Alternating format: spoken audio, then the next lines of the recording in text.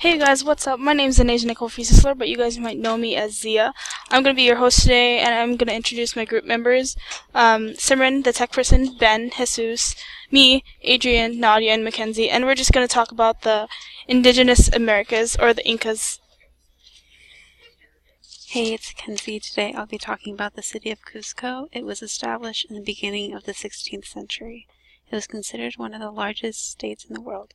This large land mass included most of modern Peru, Ecuador, Bolivia, modern Chile, and some of modern-day Argentina.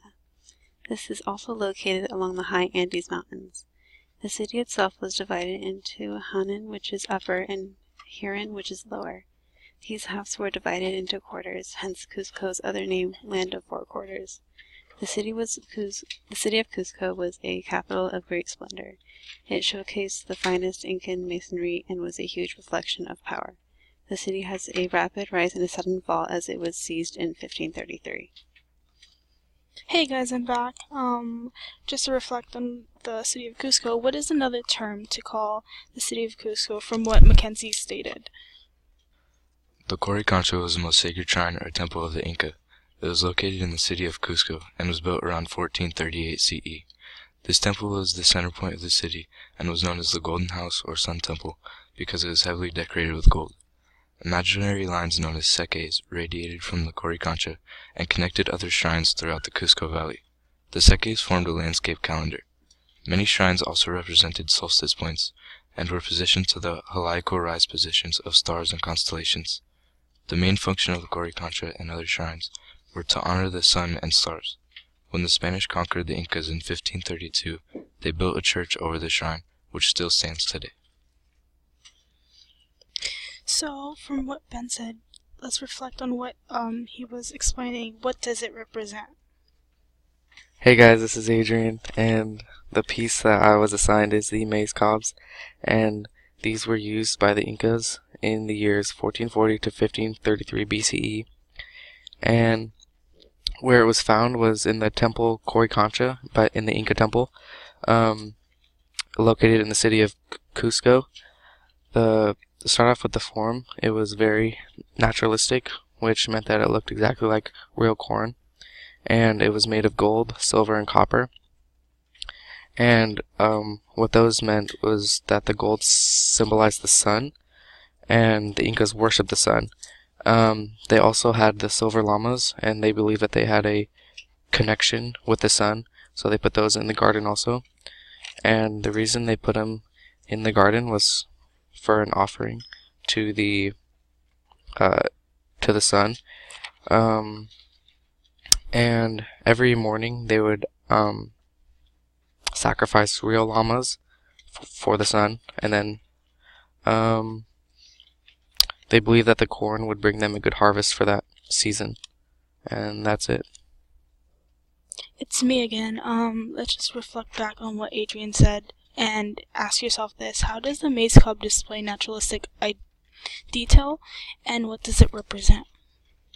Okay, so my name's Jesus Garcia, and before I begin, I want to show you how to pronounce my piece's name because it was difficult for me to pronounce it. So when I was looking it up on Google, before I was really interrupted, so when I went on Google and looked it up, it was pronounced Saxa Wayman. Anyways, what it was made out of was sandstone, and the ramparts that contained the stones were weighing about 70 tons, and these stones were brought from a quarry 2 miles away. The Saxa Wayman is located in the city of Cusco, and it's an Incan art piece. So the meaning of Saska is marbled and Wayman is falcon. Last is the head of the puma. The head of a puma is shaped as the plan of Cusco. Okay guys, so from the puma-shaped figure that the city of Cusco is seen as, which area of the body was the Sacsayhuaman located? Hey, this is Nadia here. I'm going to be talking about the convent of Santo Domingo.